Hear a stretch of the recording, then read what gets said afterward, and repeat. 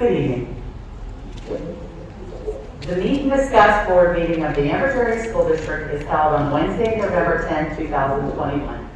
This meeting is being held to review the agenda for the regular monthly board meeting that will be held on Wednesday, November 17, 2021 at 7 p.m. in the high school auditorium. Please rise for the flag salute. I pledge allegiance to the flag of the United States of America and to the republic for which it stands, one nation, under God, indivisible, with liberty and justice for all.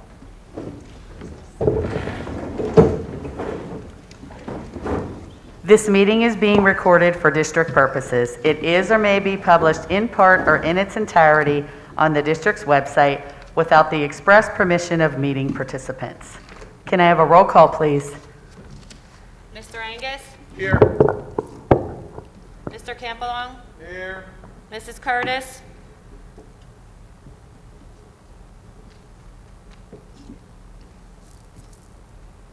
Mrs. Curtis? She hasn't joined yet. okay. Mrs. Kehoe? Here. Dr. Manganello? Here. Mr. Metz? Here. Ms. Pettigo? Here. Ms. Young? Here. Mrs. Fisher? Here. 8 present. Thank you. Moving forward to correspondence, Dr. Pasquarella, we received some correspondence from the PDE. Yes, thank you, Mrs. Fisher. Can everyone hear me? Okay. Yeah, so we received correspondence, and I'll jointly work with our solicitor here. We've been actively reviewing some information that recently came out. One of the correspondence we received was from the Secretary of Education late this afternoon in regards to the ruling that has come out with regards to the mask mandate and the elimination of that.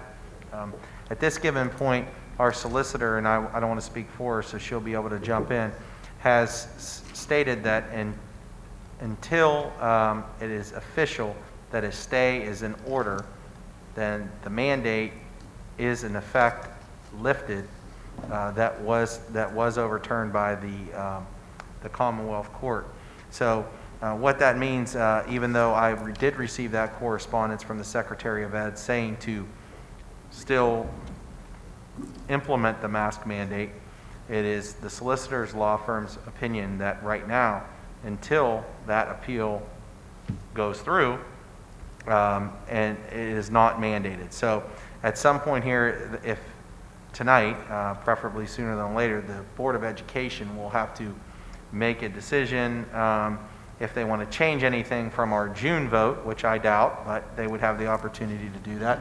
And in June, as you remember, we indicated, as it states in our health and safety plan, that if it is mandated, we will comply, and if it is not mandated, then it would be optional for parents and students and staff.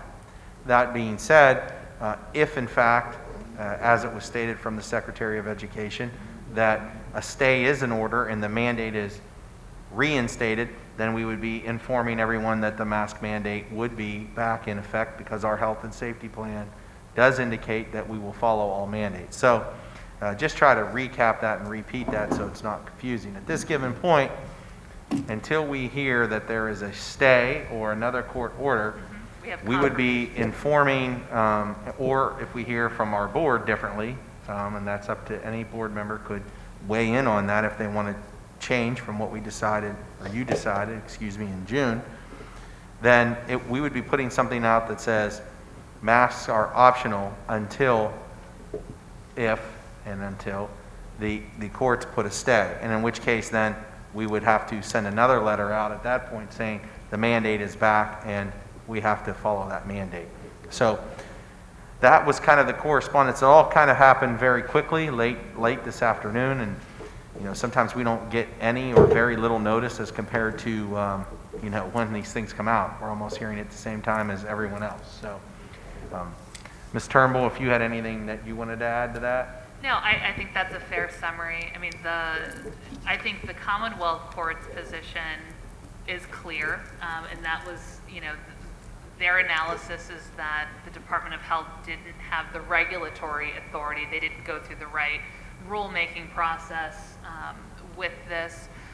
Certainly, the governor has a different position, but the outcome, at least from Commonwealth Court, which is our first appellate court, there is the Pennsylvania Supreme Court that stands above them, is that rule was invalid, and therefore it is invalid as of today.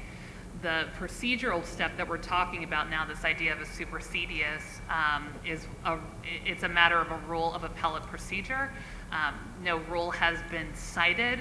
Our office has been reviewing the Pennsylvania Rules of Appellate Procedure for at least the good part of the afternoon, and cannot identify specifically the section that the governor or the Department of Health would be relying on. And so on that basis, I cannot tell you, at least at this moment in time, that there is a mandate or that the mandate gets to stay and stand while the appeal to the Pennsylvania Supreme Court is pending. We can verify, we did verify that the Department of Health did in fact file an appeal. It's been docketed. It was docketed around 4:30 this afternoon with the Pennsylvania Supreme Court. So an appeal has been filed. The effect of that appeal is much less clear than the communication from the Pennsylvania Department of Education stated this afternoon. And so in its absence, the board would have the authority that it started off in the beginning of the year with, and that is where you find yourselves, at least at this moment. As all things in these matters, it is fluid, and it absolutely could change. The other backstop that is different today than was a week ago is that under all circumstances that I'm aware of right now, Governor Wolf's order, or the Department of Health's masking order, was to expire, as stated, I believe, January 17th, 2022. So right now we're really focused on today through mid-January, and we'll continue to keep you updated and provide the best advice that we can. So as I indicated, thank you. And as I had indicated, unless the board indicates something different at this time, President Fisher, then we will assume that we will be notifying folks, at least at the present time, that per the decision in the summer, mask would be optional, and if and when it becomes mandated again, we would then send another letter out indicating that occurred, which could or could not be a quick turnaround time. That is correct, unless any other board members have anything they would like to add or change. No changes here. No.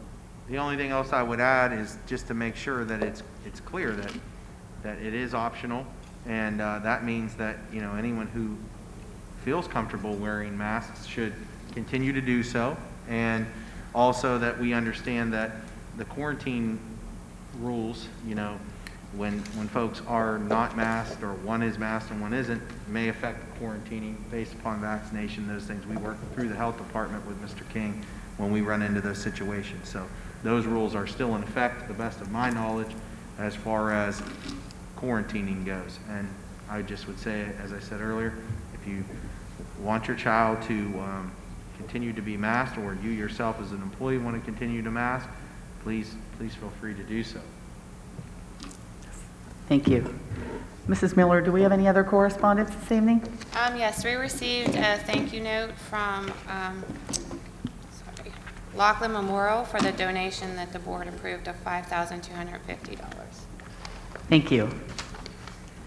I'm just going to step down here so I can acknowledge the kids this evening. Come forward, kids.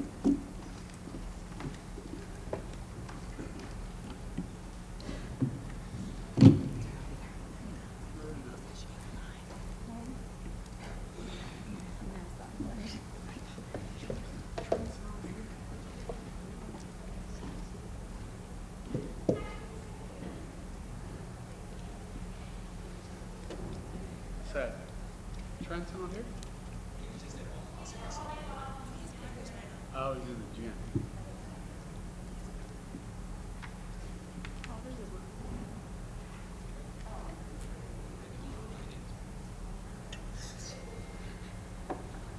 Chapter 1, take a walk and see if I can get them. Yep. Yeah.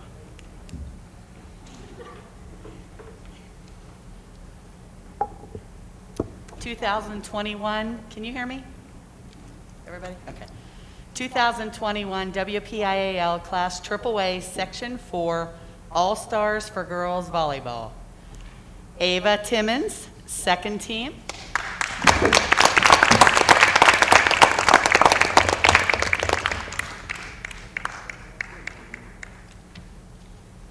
Angelina Glover.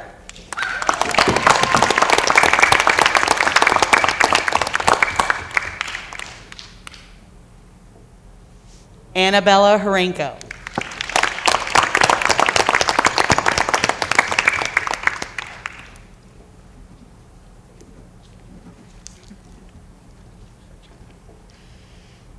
Moving forward to CCBC Player of the Game, congratulations to Cedric Seymour, Sr., who received the CCBC Player of the Game for the October 22nd win over Quaker Valley. Cedric had 138 rushing yards on 16 carries and scored 2 touchdowns. The win earned the team a playoff spot. Congratulations to the team and to the coaches on their playoff spot.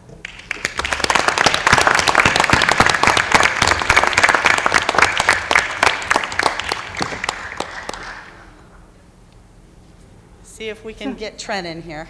There we go. And one more thing for the name correction for Angelina, her last name is Bratton. Oh, I apologize. So it's incorrect on. So give me that back. honey. And I'll get you a new.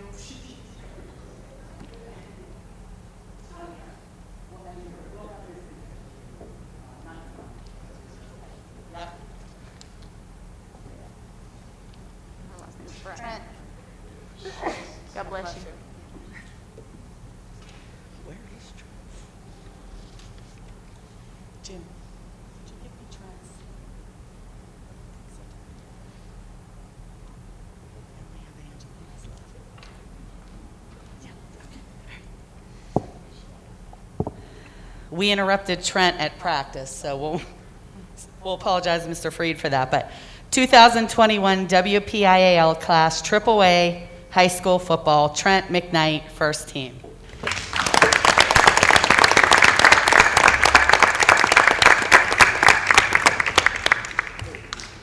On behalf of the district and the board, kids, we're very, very proud of you. It's important to us to acknowledge you guys, and we're going to continue to do so. Thanks for all your efforts. Proud of you guys. Great job. Congratulations, guys. Congratulations. Thank you, Kathy.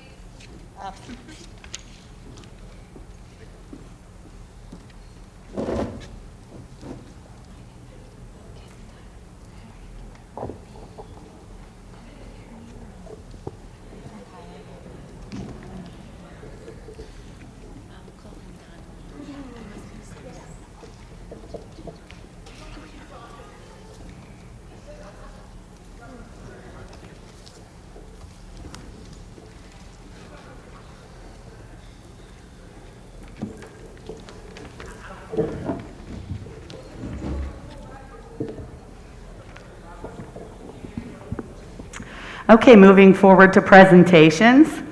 Mr. King? This is going to start first, because then my presentation will kind of piggyback on. Okay, okay.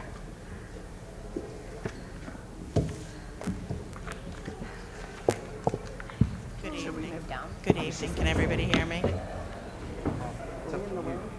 Can everybody hear me? No. Hello? Can you hear me? Okay, I think I can do that. Can you hear me? Okay, thank you. Good evening. Thank you for your time and consideration this evening. I will be sharing with you some proposed changes to our course of studies book. I'm receptive to your feedback and questions at the conclusion of this presentation. I am also prepared to have any edits that you suggest available to you by the end of the day on Friday. Our goal in creating the course of study book is to balance course offerings, with staff availability while meeting student needs and interests. Additionally, to offer a variety of selections that all students can benefit from so that we can address the needs of both struggling and advanced learners.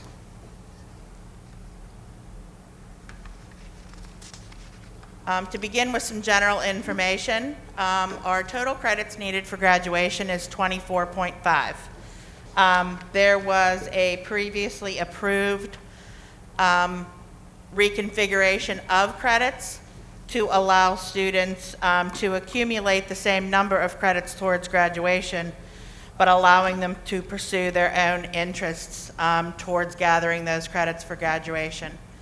As you can see, freshman seminar and computer apps and tech ed were forced to take a 0.5 credit from one of those. That's been changed to add that to a general elective accumulation. So instead of having a 0.5 and an additional 6, students would be able to gather those elective credits from any category of their choosing. For a total of 6.5 elective credits and total graduation credits of 24.5. Students also must achieve 7 total credits in math and science combined in order to meet graduation requirements. This allows them, instead of being forced to take 4 and 3, or the opposite, 4 in science and 3 in math, they would then be able to stick with their area of interest, or if they had chosen a career path already, focus on the credits they needed towards their future goals. Probably one of the biggest things that's impacting course of studies and our decision making are the Keystone Pathways, which are becoming a requirement for graduation. This just gives a brief overview of those. So all across Pennsylvania, students will be required to meet one of the 5 pathways in accordance with Act 158. The 5 pathways are listed there: Keystone Proficiency Pathway, Keystone Composite Pathway, Alternative Assessment Pathway, Evidence-Based Pathway, and Career and Technology Education Pathway. Simply stated, the most direct path to acquiring what you need to have a successful pathway towards graduation through Keystone Pathways is options 1 and 2. So you would be proficient on your Keystone exams by testing. The second option allows a composite score of your Keystone Pathways, where you would be able to add successful credits for your basic and proficient levels to have a total score from all of those test results. But you also have to be either proficient or basic. But it allows those basic test scores to add up towards a super score or a composite score, as they refer to it. And in the course book, there will be details further for each of those 5 pathways. But the simplest is the 1 and 2 choices. We have an agreement with the Beaver County Career and Technology Center. As of my latest conversations with them, these are the programs that they will be offering. These are for 10th, 11th, and 12th grade students, primarily 11th and 12th grade students. It is recommended that cosmetology students begin their certification hours in the 10th grade year so that they can accumulate enough hours towards their certification by their 12th grade year. There are a certain number of hours that they have to accumulate to be certified by the Career and Technology Center. We also work with CCAC and CCBC to give our students rigorous coursework. For CCAC, we have apprenticeship programs. Through CCBC, we are able to offer aviation, health, criminal justice, and STEM academies. Those are the same moving forward to next year as they are currently offered. And these are for grades 11 and 12. In Business, Computer, and Marketing Department, we are altering the freshman seminar and changing it to focus more on business personal finance. We feel that this gives more focus on personal finance and building strong financial structure as it relates to career and personal planning so that they can be financially solvent and understand financing as they move into their adult years. One of the things that we are proposing is to remove some courses from that department. Computer applications has been moved to the middle school, so we actually are on target and did not offer that this year. We wanted to make sure we left it in one additional year so that any student didn't miss the opportunity in transition from 8th to 9th grade, anybody who desired to have that opportunity. So those computer application courses are now offered at the middle school. Internet web design, we did not offer that this year due to low course demand. So we are recommending that it could be potentially cut from the course catalog this year. Additionally, sports and entertainment management, accounting 1 and accounting 2. What we're seeing in previous years' course demand tally from students is that these are much lower and that our marketing courses are drawing twice the amount of students that sports and entertainment, accounting 1 and 2 are drawing. Even though it is set here to be removed, we also understand that students' opinions change from year to year. So another consideration would be to leave sports and entertainment, accounting 1 and 2 in the course book and allow us to see what the students choose as their options. And then we would be able to offer the highest course demand courses as it would fit in a teaching schedule for our certified teachers in that department. So again, we could remove them or we could allow them to stay in the course book and let the students filter out what they choose to move forward with. Ms. Zubczyk, before you move on, I would agree with the second part of that statement. I would recommend that if they've been offered this year, that we look at the numbers, we put it in there, we get the tallies, and then based upon that, we make the decision on the number of periods we have based upon the number of requests that we have. So the couple that were not offered this year because of low requests, I can understand how that might be a recommendation of the department because it's unlikely they would. But these other ones who did have interest, like accounting and I think it was sports entertainment, you said, I think we should put them in there, and if they end up being a very low amount and there's more students that wanted a different elective, then we can adjust accordingly. That would be my recommendation to you and for the board. Okay, so we can agree that on the last 3 courses, which I left at the bottom together intentionally, is that we will offer them in the course catalog, and when course demand tallies are entered into our student information system, I can present those to you and we can have a further discussion about what we will be able to keep. In our English department, we don't have any changes to our course offerings, but we are in the process of adding what's called college and high school credit to our AP course. Currently, our AP Lit and Composition is just an AP course. We are working with an educational provider and a teacher to have that teacher certified by the college, and then we would be able to offer a college credit as well as an AP score for those students that choose to take advantage of both opportunities. For our Marine Corps JROTC program, we had a course that was previously recommended by some of our former instructors as an elective. We only had 2 students desire to take this course in our last round of course demand tallies, so we did not offer the course in the 2021 school year. We would recommend moving forward with eliminating this course from that department's options. In our math department, we are making a recommendation to add Algebra 1 and Intro to Computer Science 2. I'll start with Intro to Computer Science 2. It's fairly simple. We've had a lot of students lean towards taking computer science courses, coding courses. So we are going to expand the current offering of our Computer Science 1 to extend to some additional concepts and allowing them to have the opportunity to do that. Currently, Computer Science 1 is a half-year course, and a student who desired to just take Computer Science 1 would be able to do that. And then if they want to continue that direction, they would be able to, at their choosing, extend into the additional concepts and coding offered in a Computer Science 2, which would also be a half-year elective. It gives the students flexibility to make choices.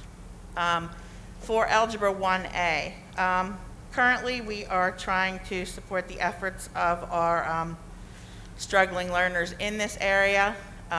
This course would allow for students to have more successful experiences in an Algebra 1A.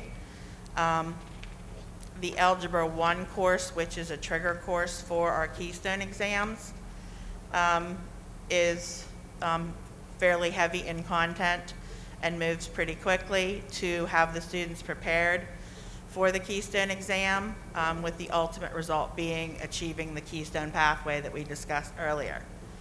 Allowing a student who is not strong in math or a student who has educational goals, they would be able to have a more solid foundation coming out of Algebra 1A. It would also give them an opportunity to have more success in an area in that they struggle. It also helps to support our district initiative of least restrictive environment. Instead of pulling a student out to be in a special class and not with their same age peers, Algebra 1A allows us to have all students together with same aged peers, with supports built into that academic setting. Before you move on from that one, just a couple quick comments or questions I had. With the 1A, it's going to, both 1A and 1B would, in your perspective or what you're recommending, would both count as a math credit? Yes, so this year we would run 1A. It would be a full 1 year, full credit. Then next year, those students who had 1A would move to 1B, and then 1B becomes your trigger course for the Keystone exam. So they would be able to accumulate 2 credits, and they would move into 2 years of having the algebraic concepts before they were required to meet the Keystone Pathway requirements for algebra. And you don't anticipate, because of it counting and needing the same number of math credits, you don't anticipate a need for additional sections? No, the students who are in algebra would balance out and fill those courses for 1A. Without having to add an additional section? Without having to add an additional staff. Because they would have been taking something different. Right, because then they would be able to acquire the 4 math credits without having to have another staff or have them in another course to take up those seats. It should balance out. I have a question on that too. So what is your plan for NCAA eligibility? Because an Algebra 1A, even though it's a 1 credit, only equals a half credit by NCAA. And Algebra 1B equals a half credit. You need 4 credits of math to be a D1 athlete. And I know we're not talking all athletes, but how are you going to get them then their 4 years if they fall onto that track? So after they progress past the 1A and 1B, they would be able, if they were on that academic track towards college athletics for NCAA, they are permitted to take additional math courses as electives. So they would still be able to get their 4 in 4 years. But would they get their 10 that they need by 10th grade? You have to get, and I think it's 10, I'm not quite, I have to look, but you have a requirement in 9th and 10th grade to get a certain amount of core courses to be eligible for D1. So I think we have to look at that of the NCAA, because by 11th grade you're too late, and you would take some kids that might not even know that their athletic eligibility could be there out of athletic eligibility for D1. Okay, I'd be happy to pursue that tomorrow and get you some specifics. Yeah, and I'm not positive on it, Janice, but I know that there's stuff on that for Right. sure. I will comb back through the NCAA information tomorrow. And then in math, I have another question there if we're just going subject by subject. Okay. On the Intro to Computer Science 2, if they're taking that, wouldn't it be better for our kids to change the title to just being like Comp Sci? If we have like Intro to Comp Sci 1 or Intro to Comp Sci, then the second part being Comp Sci, then it would look better on a transcript for a kid that would want to be going to a higher ed college. Like if they're looking to them, like 2 intros versus a comp, what is that in comparison then to other districts? I think like just changing the wording of the title might help our district and where our kids could go in the future. Okay, yeah, that would not be a problem. These haven't been entered anywhere yet formally, so we have more than enough time to make changes on course titles for our new additions. Thank you. In music, we had previously offered a course called Elements of Music. We had low course demand tallies for that in previous years and actually did not offer it in the 21-22 school year. So we're recommending that we remove that from the option.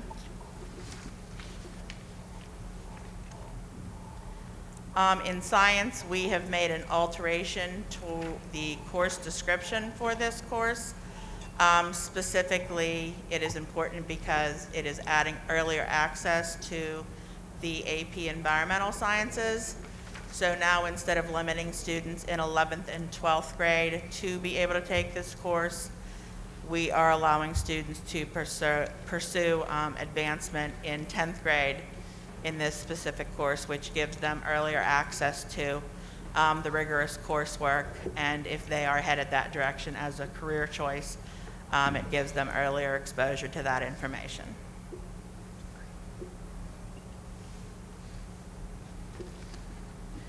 In technology, education, and applied engineering, we are also in the process of adding the opportunity for college and high school credits for some of our current course offerings.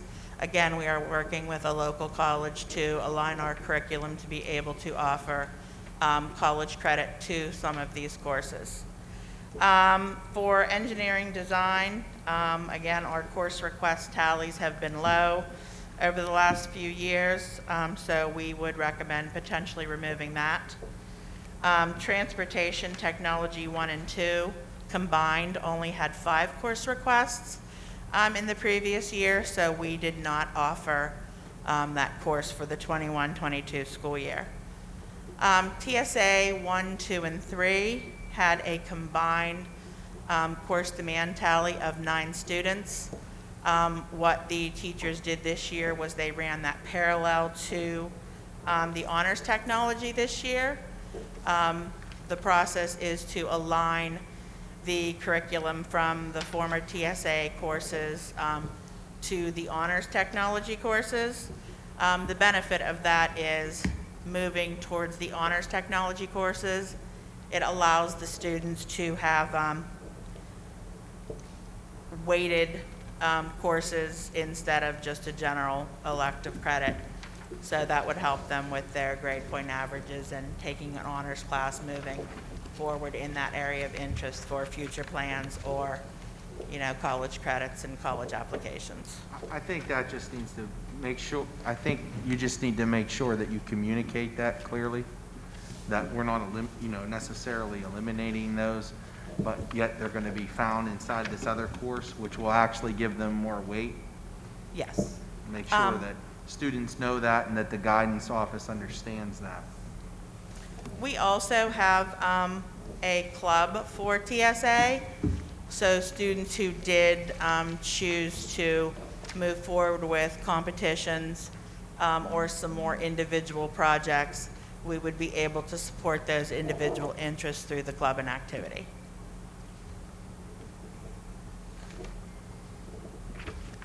And that concludes my recommendations. Does anybody have any additional questions? If you notice anything as you review what I shared this evening, or if you have seen anything in the document that you received related to this, I would be more than happy to receive those, and we can make any edits necessary by the end of the day on Friday. Ms. Zubczyk, I have a couple questions for you. Okay. Sorry. The CTC with the career pathway and Beaver's CTC, can students earn the NOCD awards and different things that would be available to do the alternative for Keystones, or do we need to start working with our CTC to be a 3-year, more comprehensive certificate program for our students to reach that goal for number 5? Most students that do take the NOCD are successful at the Career and Technology Center. Our pass rate is pretty good because they take a pre-NOCD to, kind of see what direction they're headed and see what they need to do to prepare for the actual NOCD exam. So those students would be able to do that. Frequently that exam happens towards the end of their senior year.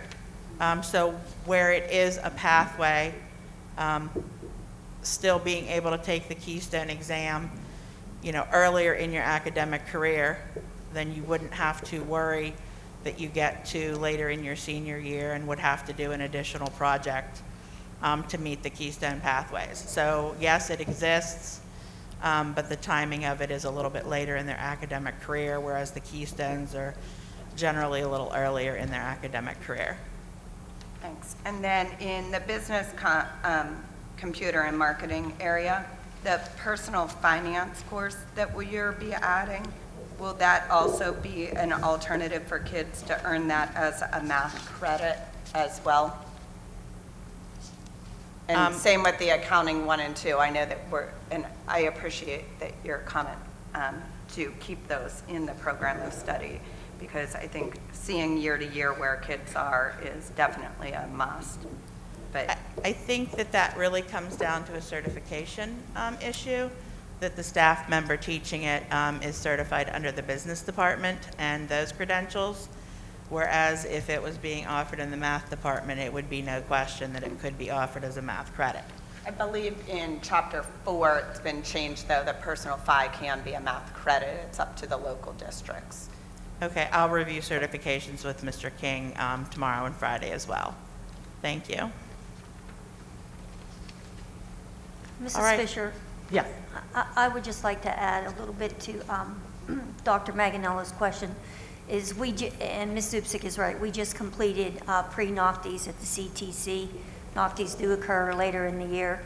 We have had lengthy discussion at the CTC about moving some of our additional programs, the 3-year programs. That would have to be cleared through the county superintendents, because that would be adding another year of expenditure. Thank you, Mrs. Keith. All right, thank you all very much for your time this evening. Thank you, Mrs. Thanks, Dick. Janice. Mr. King, go ahead. Good evening. Tonight I want to discuss with the board a policy decision made in 2013 dealing with middle school credits, counting on high school transcripts. Right now there are 3 classes that are shown on your high school transcript that you would take at the middle school. At the time that the motion passed, it was the junior high school, so that's reflected in the notes there. The 3 classes are Spanish 1, Italian 1, and Geometry. Right now, I have a list of schools and whether they count these middle school or junior high credits, and then I'll go over my reasons why later in the presentation. Right now, there are, and I could flash through those real quick, a couple different schools that will count those credits if they are if the students actually travel into the high school and take that class, but the majority of your Beaver County and IU schools do not count those credits. Your problem, arises is that since the inception of this policy decision, we've added into the middle school, Spanish 2 and Italian 2, and there's also many other higher level classes that we are not counting on the transcript because it's never been approved in the board policy. So one option would be to allow those classes to count on the transcript as well. What I'm going to propose is eliminating counting those credits or reflecting them on the transcripts for a number of different reasons. When the plan was originally thought of, and I was actually high school principal at the time, people were thinking that if the weight, or not the weight, but the grades would be reflected in the actual grade point average, it would actually help your students achieve a higher grade point average, but it's actually the reverse of that. What it does is the more credits you take when you're in a weighted quartile GPA system or QPA system, it actually is counterproductive, and it spreads out the add-on and actually lowers the GPA, and it's doing the complete opposite of what it's intended to do.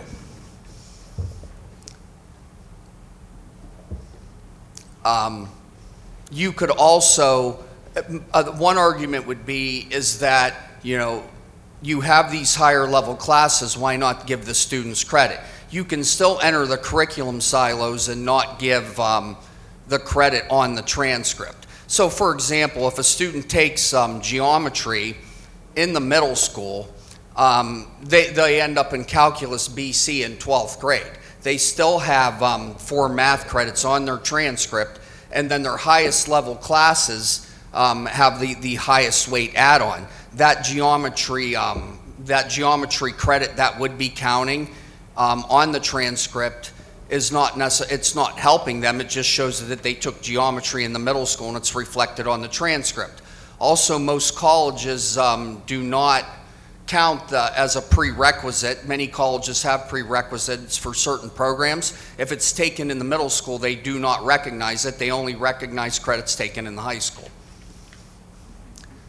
So you have 2 different options that I would propose. Mr. King, one second. Can you elaborate on one thing? Are you saying to remove it completely or just remove the credit?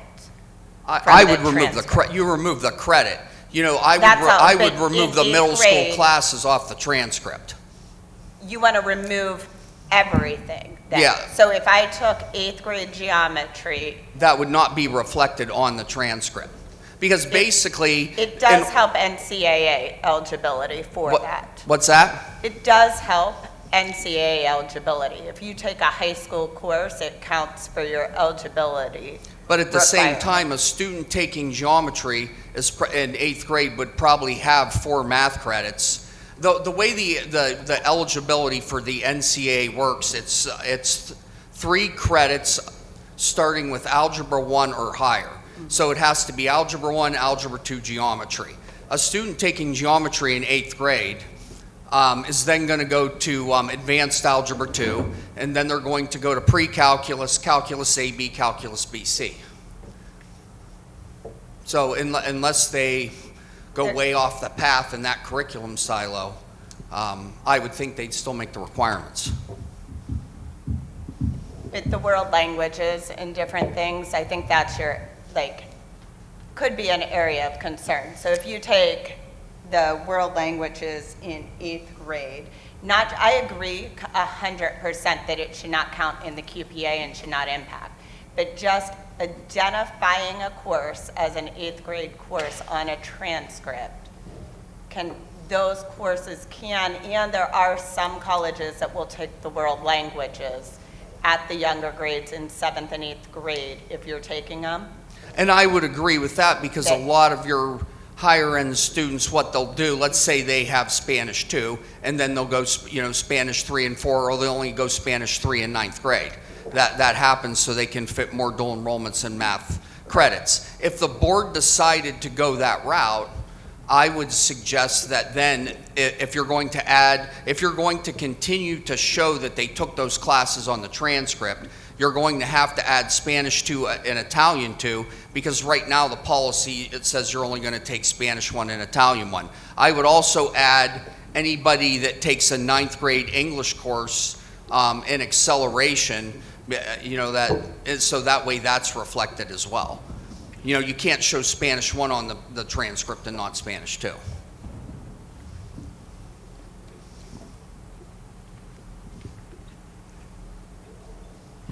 I know it's a little complicated, but any questions? I had a couple comments. Are you done, Mr. King? Sure. Yeah, still chime in. My couple comments would be this. First, I do tend to agree that we're not talking about not allowing folks to accelerate. I mean, that's the first thing. I want to make sure we're clear. We're not saying that they wouldn't have access to those courses. I think the more important thing is that we're not going to allow them to count, and I understand what you're saying about counting them as credits, but ultimately, I think what Mr. King was trying to say is they're probably still going to get those credits anyway, and that's why they're going through the acceleration process. One thing I don't think was mentioned, and so I want to make sure we said this, my opinion on it is that we should phase it out. In other words, for anyone who's already taken it, you know, in 7th or 8th grade, we should probably start with the incoming 6th graders, would be what I would think, if you're going to phase out the weight and the credit. Because if you don't start there, some other people have already took that course or signed up for those courses to do that. And so I think that's kind of, from my personal opinion, they've already set that expectation to get it. You could do that, but I think it would be better if we just started phasing it out from the current, well, not the current, I guess it'd be the current 5th grade. And then just say they could take the courses, but they would not count as, they would not be weighted. So are you saying that you would not identify those courses on the transcript at all? That's the piece that I think that I need to just understand more. Like, I completely understand not giving them credit and not giving them weight and starting that in a middle school year. Because some kids are accelerating and struggle, and we've pushed them, and they've been exposed for their parents take them all over the place, so they are well educated and versed there. But then 6th, 7th grade, they start hitting a roadblock where it catches up to them too fast, and we've pushed them and they accelerate it. So I 100% understand not adding the letter, like adding the weight or giving like 1 credit or anything, but I can't wrap my head around not showing it on a transcript for that college that may accept it, or that NCA on that may kid, that one kid. I can tell you I've dealt with 2 kids in my career that needed that 8th grade. Well, so I just don't want to put a kid at risk. Let me just get the clarification, because I think I may understand where you're coming from. I'm not sure, so I want to make sure. Are you saying just show it but don't count it as credit, or are you saying show it and count it as credit? I'm saying just show it. Right now, what the original intent was to show it and count it as the GPA. And then after a year, when I met with the central office personnel at that time, I said, what you're doing is you're diluting the weight and you're rearranging the top 10 by doing this. So right now, it is just reflected on the transcript. The original intent was to do one thing, but then once everybody realized that you were diluting your quartile GPAs, you know, right now it's just shown on the transcript. If we are going to show it on the transcript, though, we have to add the other classes. You have to add, you know, we have to show Italian 2 on the transcript. You have to show Spanish 2 on the transcript. You're going to have to show your Advanced English 9 on the transcript as well. I guess my point on that is we're using the word show it, which is a whole nother, I don't know if you can show it. You might be able to, you know, show it. When I hear show it, what I'm hearing you say is just indicate it's there. It still doesn't count as one of the 4 math credits that you need in high school, correct? Or you're saying that you should count it? I'm saying that it should not count towards your high school graduation and should not be calculated into a GPA, but should be exposed and shown as a like the grade goes on there, it's a non-weighted course, you mark it in your SIS, it runs, and it just shows, like, it's, most SIS is 1 checkbox. Yeah, so that's different. That you would add. Yeah, right, and we would need to look into that as far as our Tyler SIS to make sure that you can just show it without counting it as a credit and without counting it as a weight. I mean, to me, I think that's what we're trying to propose, is that it shouldn't count for weighted grades, and it shouldn't count as one of the 4 credits. Right. Yeah, the only thing that right now that it shows the course name, shows it's a credit, but it's not calculated as a, it's not calculated and divided into the GPA or the got you. quartile weight. Yeah, I would just say that, our SIS system, I would not know off the top of my head of whether or not we could show it, as you're stating, and it not count for anything. But I think Ms. Zubczyk and Mr. King, that's something that we could look into to see. Can it show that we took this in the middle school as a point of information without counting it towards those grades and without counting it towards the GPA? If so, I think this is what we're saying to the board. One, that's what we would be looking to do, and whether we show it or not really doesn't matter as much to me. And I think our group on our recommendation, as long as it doesn't count for those two things. And then secondly, making sure that you also understand that in the meantime, we're going to try to phase that out. Are we going to phase it out starting with the current 5th grade for 6th grade, to be fair? And if that's the case, do you just continue to phase it out then with only the 2 courses, to Mr. King's point, that were originally stated or slated to count and not the other ones, just because we are phasing that out? Or should we adjust that? I would say that, on that issue, whether you decide to count the other ones or not, it could just get more messy. If you're going to phase it out, it's almost just better just to say, we'll leave it how it was for those 2 classes and phase it out. Ultimately, you would have the decision to just say, we're not phasing it out, we're going to just take it away. But I just, from where I sit, if a kid took that and thought they were going to get the credit for that, at least the 2 that were listed in there, then they knew that, and I'd rather be telling people going from 5th grade to 6th grade, hey, look, they don't count anymore, so that you know that. If you choose to take it, it will put you on a progression path that is going to allow you to take more weighted and higher level courses. You understand what I mean? But we didn't take that opportunity off of something that you thought you were going to get now. Did you have something, Mrs. Zubczyk?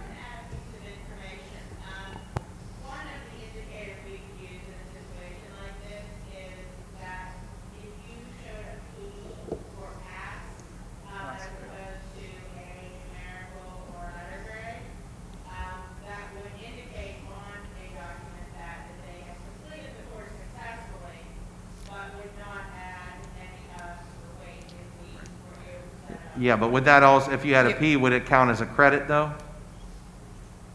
And that's what we, You could put it as 0. okay. But I then think your NCAs require a grade, not a pass-fail. If you go on CAA with a P and your grading scales A through E like we are, it would calculate it as a D for NCAA eligibility. So you're lowering their points and everything that they would need if they earned an A. So I think the question that we could get to the board and for their vote really is, are you able, if the board agrees with our recommendation, which is up to them to move forward and say that beginning with this year's 5th grade going into 6th grade, we would phase it out, we would not count it for weight, and we would not count it for credit. Right now the credit counts, but the grade does not. It's not calculated in. It shows the credit out on at the end, but the grade is not calculated into the GPA. What I was saying was the intention of doing that when, let's say a kid had 3 A's in the middle school. Mm-hmm. Those 3 A's would be calculated into the GPA and raised the GPA. And actually it lowered the GPA because it diluted the weight. So since the inception, the GP or the credit, like a 4 for an A has not counted in their overall GPA. Okay. I guess, as we know though, right, and it doesn't mean that a kid will take that or not, a student will take that or not, but we know that if you accelerate through those classes, even if they don't count for credits or weight, I know they're not counting for weight now, you're saying, that is going to allow them to have more room in their schedule to take more weighted courses though, obviously. So that's where, I think it's only fair to phase that out there, because if some kids started on that path with the expectation that would count, that would allow them to take more higher level courses as they progress. It might seem like a long way off, but they had that in their mind and set their mind on that then. And that, I think that if we do phase it out, we should phase it out with the new class as opposed to taking that opportunity away, because they showed the initiative to think that far ahead to be able to go and gain that weight or have the opportunity to gain the weight if they choose to in those future years. Could we see an example, like next week, of the phase out of what a QPA would be if they earned that straight A? Because are you saying that it lowers their QPA? Because what happens is, Yeah, so if let's it's say, earning that. after all the weight is added in, the weight gets divided by the number of quarters that the kid takes, or the number of classes. So then you're adding those classes into the number it's divides, and it takes the weight and it dilutes it. It dilutes it because you have 3 more classes than you would have if you didn't put them in. So could you provide us an example of it being done like at each grade level, so then we can make an educated decision as to if I can is it find hurting something or is that- it helping? Like, we don't need a real kid, we just need, I could find something Yeah. that I presented to the board before, where a kid had 36 A's and he got jumped like in your top 10 by somebody that actually had a B that only had 26 credits. yeah, that's what I'm. Correct. The part I was trying to mention too, not trying to make this more difficult, okay, is that that kid also did have the opportunity to take more weighted classes too, though, in some regards. They may have had the opportunity because, you know, they're progressing at a faster pace because they've taken that already. But at any rate, all I need to know is what exactly are you're looking for. He could share that example. Is that what you would like to see then? A sample of that? Yeah, there's no sense in phasing something out if it's detrimental to their QPA, right? So the example's going to be important.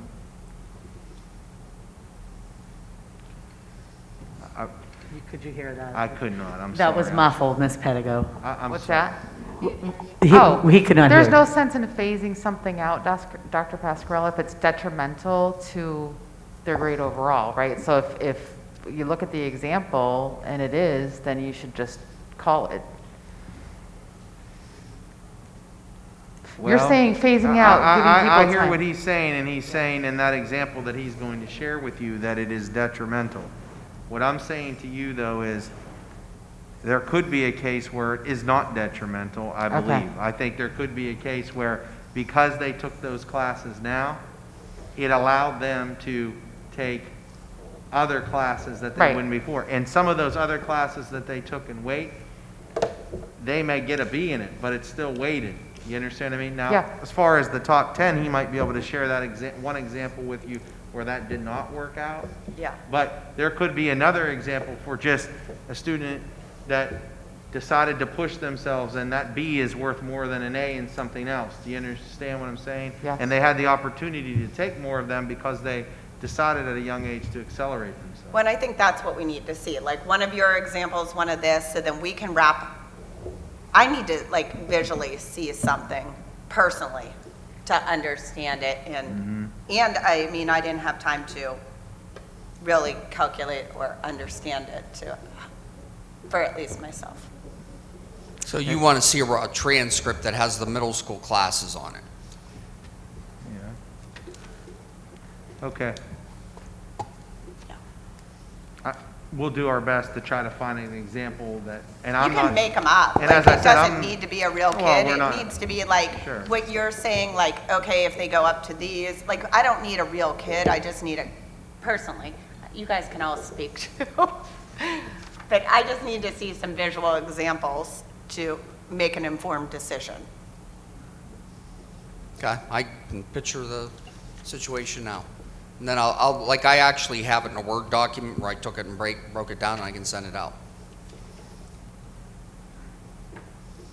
Don't worry, you guys only get me one more meeting, Yeah. you get me. Anything else? Okay. Thank you, Mr. King. You're welcome. Ms. Zubczyk, thank you. Thank you. Before we move forward to public comment, Solicitor Turnbull, could you update us on the SRO situation, please, for the middle school? Yep, I'm happy to.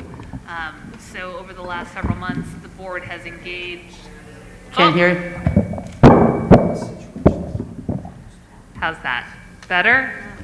Okay, I'll try to keep my voice up. So over the last several meetings, We've had some discussion about the SRO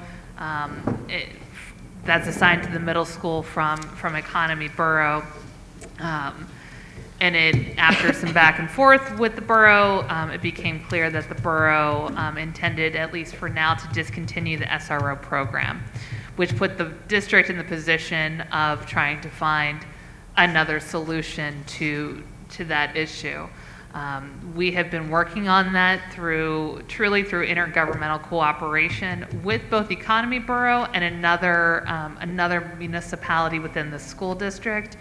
I have prepared and transmitted to the Economy Borough solicitor a draft agreement to facilitate that. I've also reached out and had conversations just to make sure that the other municipality is kept in the loop and part of that process. To date, I have not received a response, but I can confirm that that draft agreement was received by Economy Borough. So I am hopeful that as they understand how important this issue is to the district, that they will respond and execute that agreement with all due speed so that we can move forward with that matter. Thank you, Solicitor Turnbull. Moving forward to public comment regarding agenda items only. At this time, district residents may come forward to comment on agenda items only. Each person must state their first and last name and address prior to speaking. Each resident will be allowed 3 minutes and can speak only once. This period for public comment prior to the standing committee reports will be limited to 1/2 hour. Although not required, board members desiring to address questions or concerns may do so after the residents' comments, questions, or at the conclusion of the committee reports.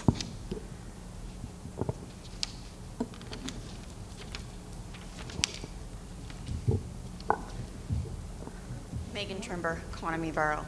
So I'm glad you brought up about the school resource officer because I do have some questions, concerns. I was here September 15th attending the board meeting. I expressed my concerns then.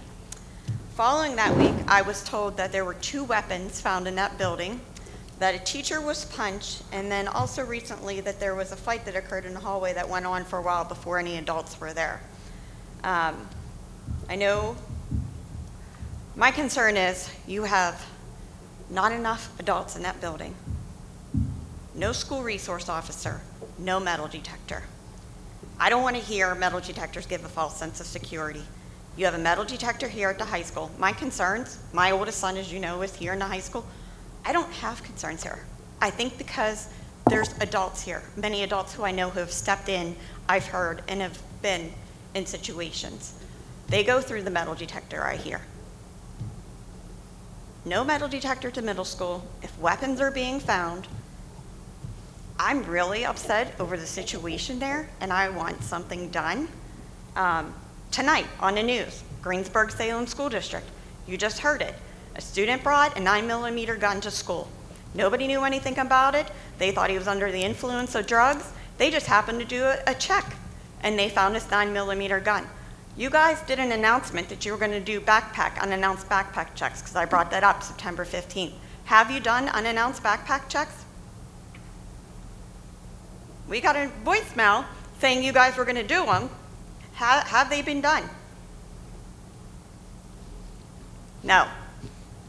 And now I know that. I've asked. My son was in quarantine for 2 weeks, and I was even curious if maybe something was done then.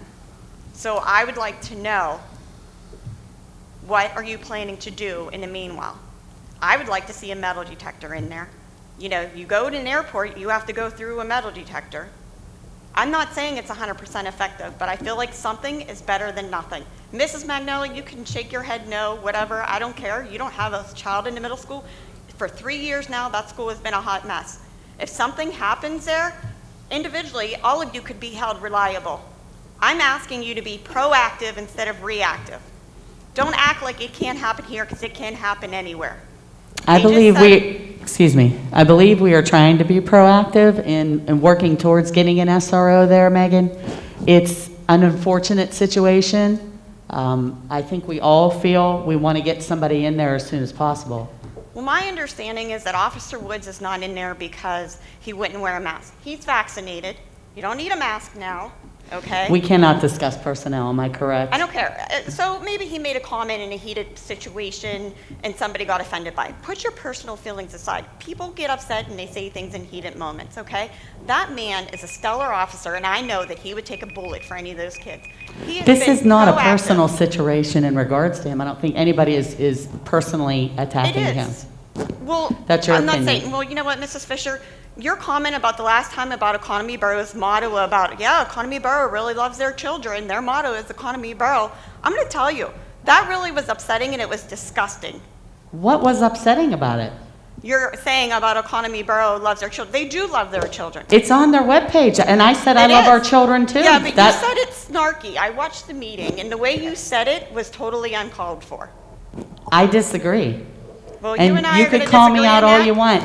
I sent an email to Economy Borough. I'm happy to work with them. I have no problems with anybody there. I want our children to be safe too. Then do something about it. I'm trying to do So something. here's the thing.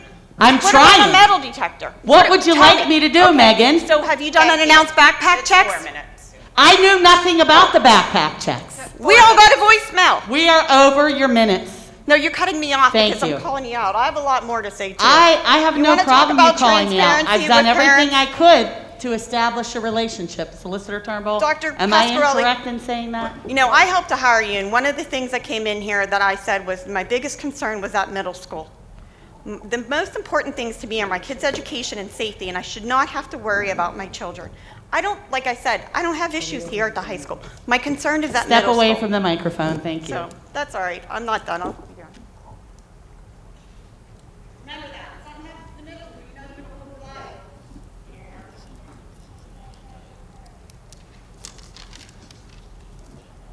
Hi, Kelly Ramasco, 139 Ridgewood Drive, Freedom 15042. I actually have really two quick questions. One is about the middle school credits.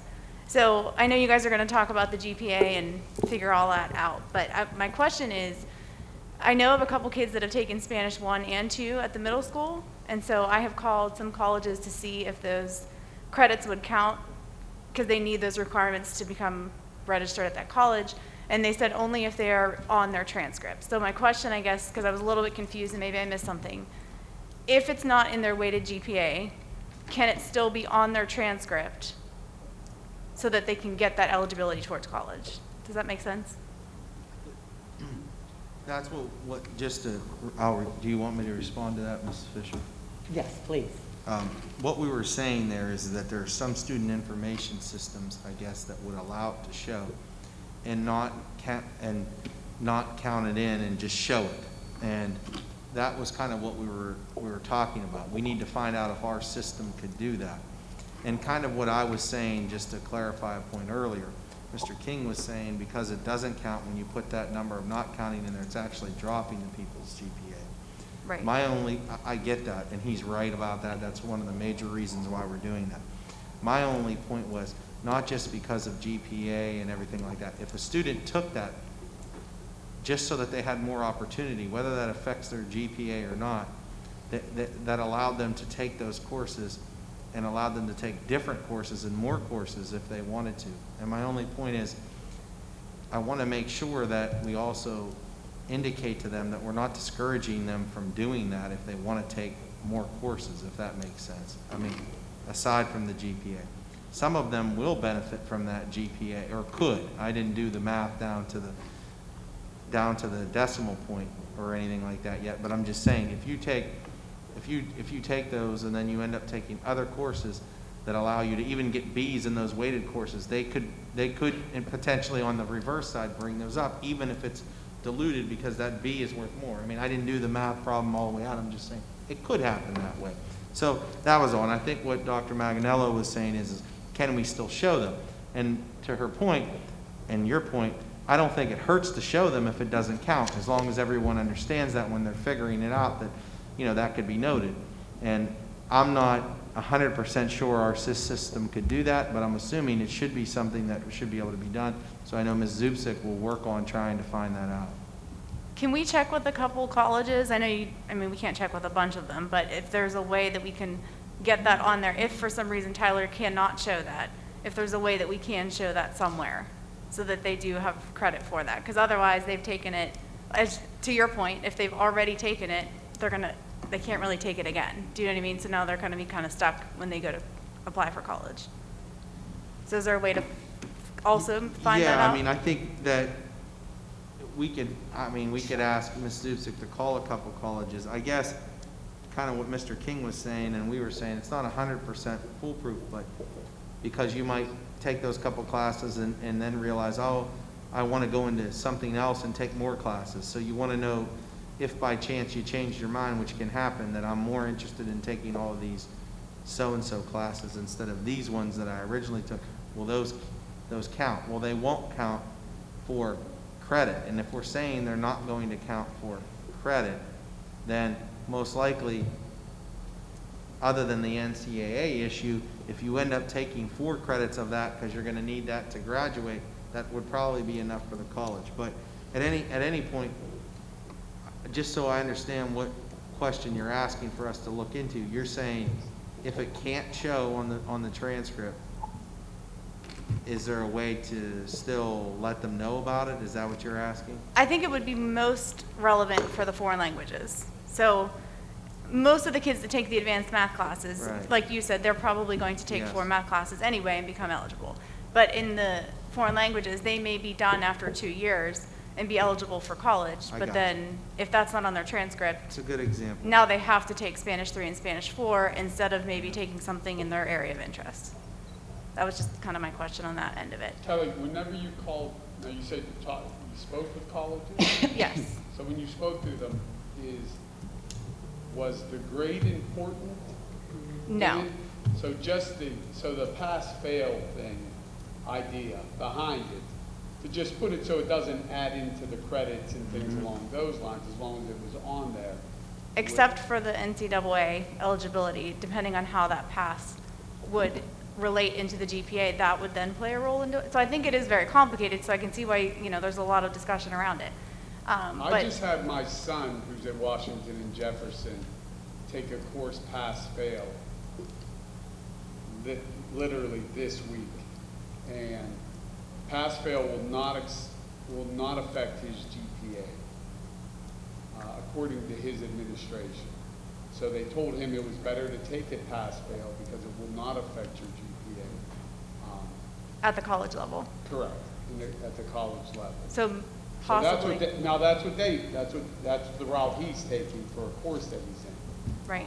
So that he can still receive credit and things like that, it'll still count for credit. It just will not affect his GPA. It won't And be added. that's how like summer schools normally run too. They're pass-fail, they don't impact the GPA, but you earn the credit. Correct. So that helps. But the piece on the world languages and the colleges, if you go to the pass earlier, if that kid would need it, to count in for that 10 and 20 that they would need if they would be a college athlete, that's the only piece. It could redshirt a kid in the end because that would count as a D if they got an A in 7th or 8th grade. Okay. So that's the only real impact, but you're correct. Like most student information systems, the pass-fail never impacts QPA, it's just earned credit. Right. And if a college accepted 2 years of a language as their point, and you already got those in the middle school, and you didn't take any of them in the high school, because you wanted to take all these other different courses, whether they were weighted courses, as I was trying to say, or not, as you moved up, would those count? That's the question, if they show or don't show. Or at least if we show them, then that's up to the college.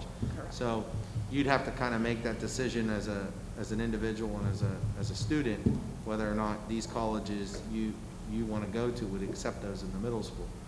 I mean, otherwise you'd still have to take 3 and 4 anyway from what we're saying, Right. And so then the phase-out idea does make sense in a way, because then kids that have already taken it, assuming that it's going to count for college, won't get stuck.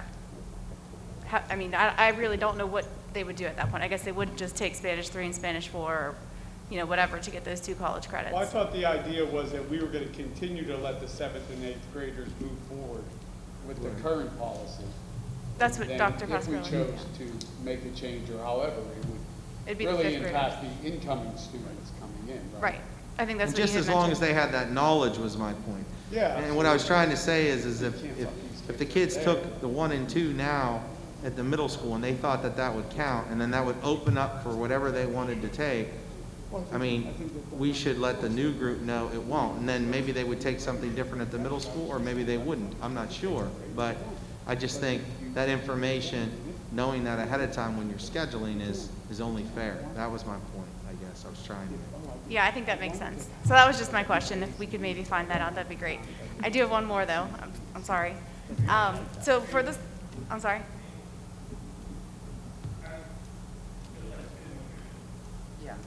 I didn't hear. The guy's saying He's it's saying been 3 over minutes, for 4 but- minutes. Oh, But that was, I did ask if you wanted me to respond. yeah, so- he did respond So though. that was my fault. I apologize. It's okay. I can come back. It's just a quick question. For the school resource officer, if that arrangement doesn't work out that you're speaking of, is there a second option in place or being considered? Just keep going down another option. That's what I'm gonna recommend to the school board. If one option doesn't work, we go to the next option and keep trying to work unless the direction changes. Right now, my recommendation, and I think the current school board is in favor, and my recommendation will remain the same, that we should try to get a resource officer in there, by all means possible. That's what we're trying to do.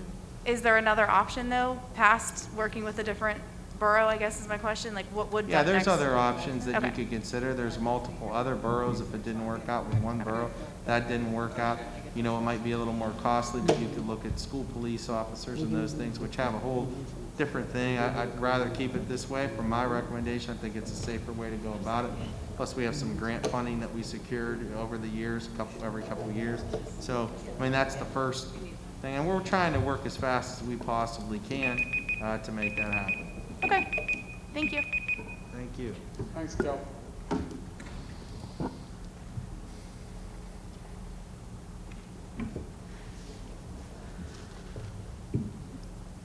Sorry, I didn't come with questions, but I have questions now. Jessica Kamanu, 600 Pine Street, Ambridge. I have 2 children in the high school, 1 in the middle school, who will be in high school next year, 1 in elementary at Highland, and 2 infants at home.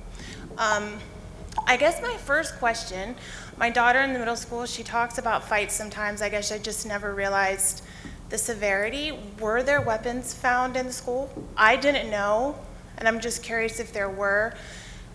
Were the parents made aware of that? So, when weapons are found, we do, obviously, we discipline the students accordingly to the handbook and the policy that was there. If there was a threat made to the school or something like that, to the broad school, then we usually try to do our best within reason to let folks know what steps we took. But for those, so what I'm hearing is the parents weren't notified. There wasn't like anything that said there were weapons found in the school. If your children come home with questions, be prepared to have this conversation. So I work in the mental health field. I work with high-risk individuals. I believe in talking to my children about safety. I think it's important. I want that line of communication. So that scares me. I think the conversations tonight, the credits are important. My children play sports, but I feel like we've spent more time on that than the safety. And my hands are literally sweating because now I know that my daughter was at school and weapons were found and I didn't know. My daughter had a water bottle thrown at her on the bus one time, and Officer Woods was instrumental in making me feel safe when she got back on the bus. And I'm not saying at all that this is an easy thing for you guys. I know resources are slim. I guess my last question is, social workers and people who are in the school, do you have people who are there to de-escalate situations? Because even with police officers, we know that things can escalate. So who do you have there to help de-escalate and help these children deal with these emotions and the things that are going on preventatively, like she said, rather than reactively? I can talk to my children, I can counsel them. I'm finishing my master's for clinical mental health and trauma counseling. I can do that, but what about the other kids? Because in my experience, anger and fighting is coming from another place. So, yeah, I mean, we do have, guidance counselor at the middle school, and we do have part-time social work help there. So, I mean, we do have some of those resources as well as some of the, in-school, school-based mental health services that could be provided to students to try to help them with the mental health needs that they have. And we always try to use de-escalation tactics. One thing is, I know resources, as you said, you mentioned that, yes, we are trying to be mindful of the resources and spend those effectively.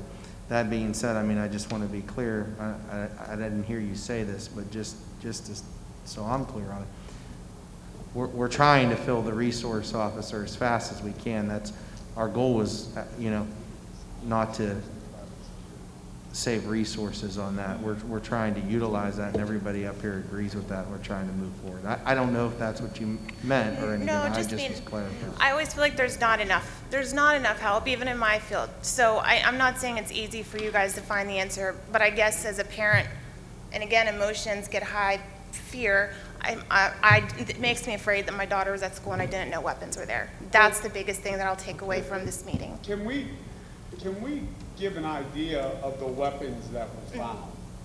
Because I feel like the word weapon is kind of a, Yeah, I agree. it's kind of an aggressive word. You'll have to ask the Yeah, lawyer. I agree. You know what I I don't know mean? if I have So all I'm that. not saying that, I mean, so, if I'm not mistaken, there's no guns, right? I mean, because that's my biggest fear would be Right, a I gun, go to right? what was the weapon? That, Like, no, in a school, like, even if a kid came in with a box cutter, that's considered a weapon.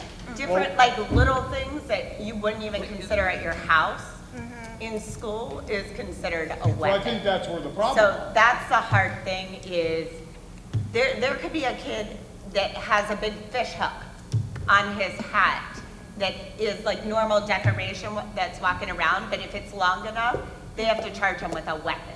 Gotcha. So those are like some of the words that could be used sometimes as weapons that aren't what you're all thinking all the time are weapons. Right, and maybe that's just the lack of communication because then we're left to kind of figure out what it was.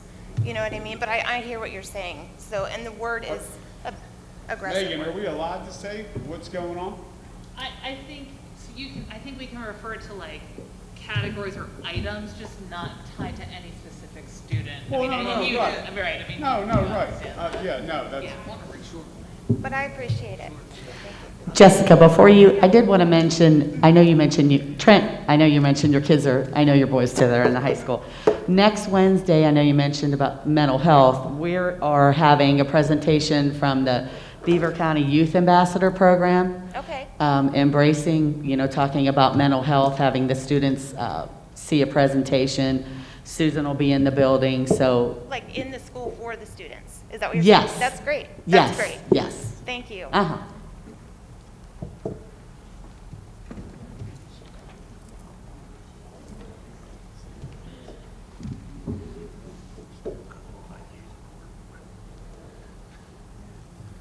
Hi, my name is Cindy Wargo from Economy Borough.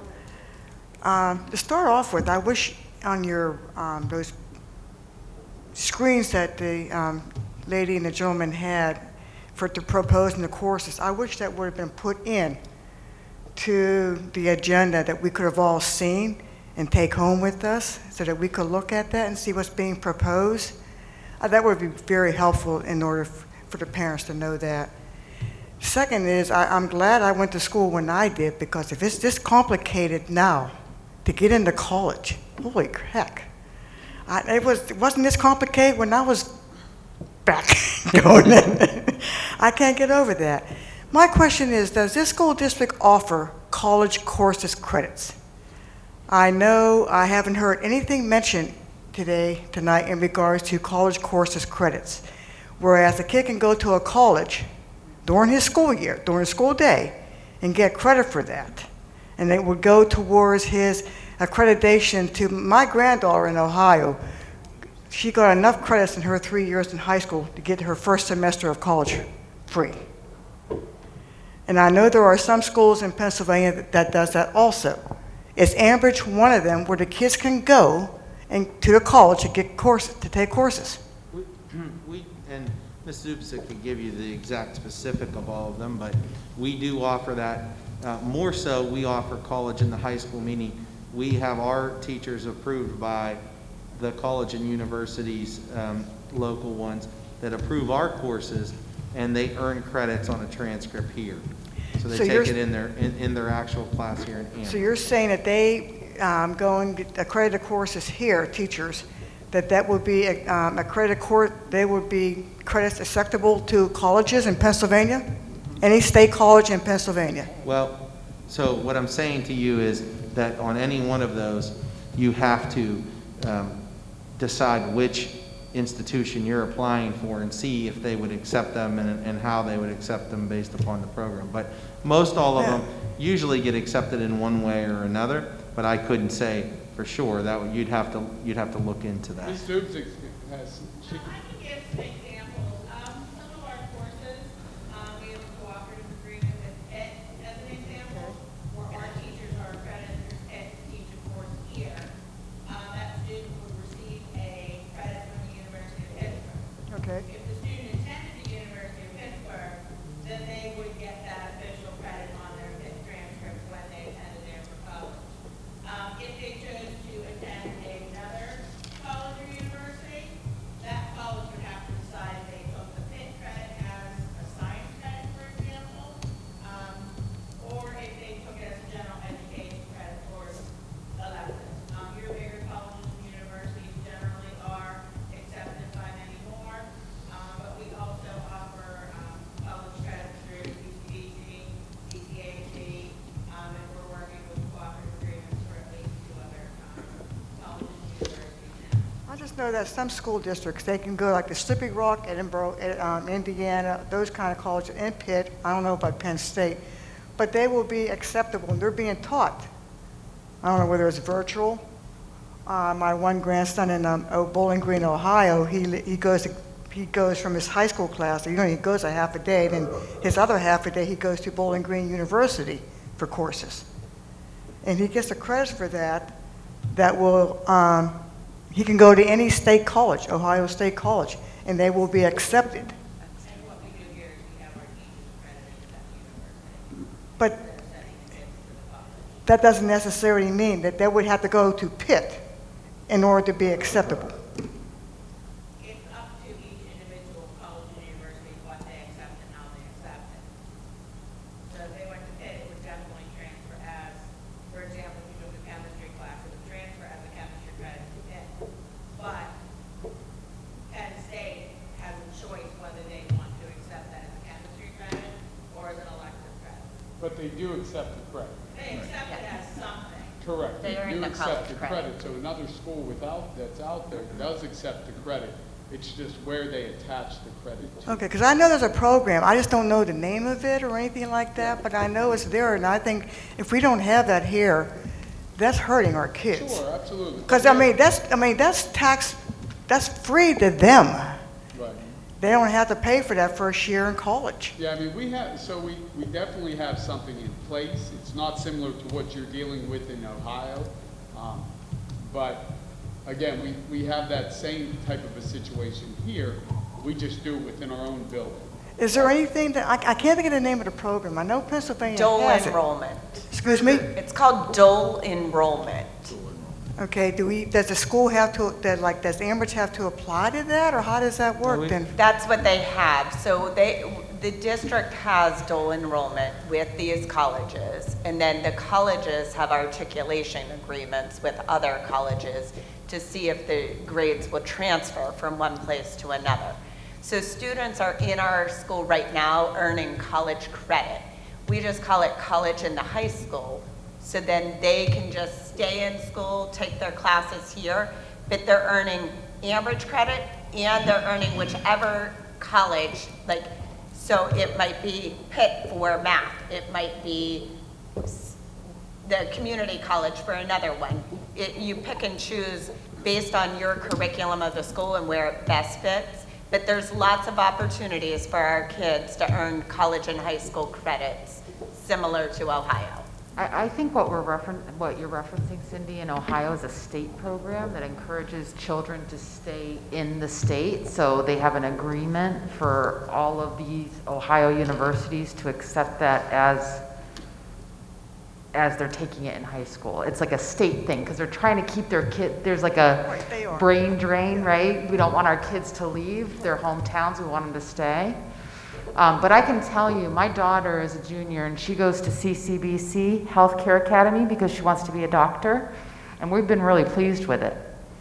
So I feel like it's preparing her, and we've already been talking to some of the colleges that she's interested in, and there's that reciprocation. I guess my question is, I mean, the kid doesn't know where he's going to want to go to college. Yeah.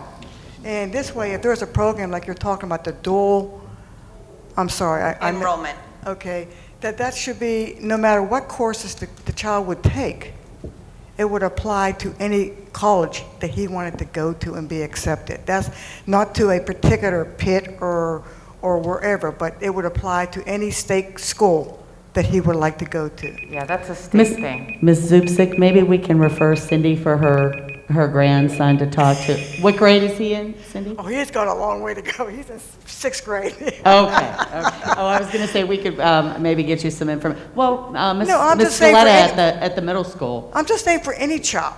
I mean, that is. Oh, I understand. That's a heck of a program, and it's a savings for the parents and the child. Right, right. So is this. And so is this, I said. Yeah, this is a savings as well. Okay. Thank you. Thank you.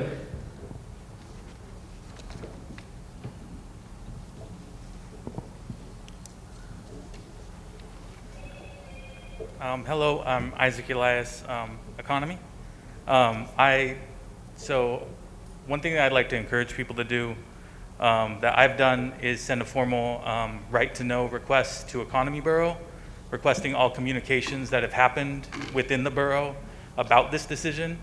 And I'm hoping that they'll, by the Right to Know Act of Pennsylvania, they're supposed to get back to me within 5 days to turn over the records of whatever emails or communication happen about that decision. And so I'd encourage other people to do that. And it is likely they will appeal to keep us from knowing that, but I would like to know. Secondly,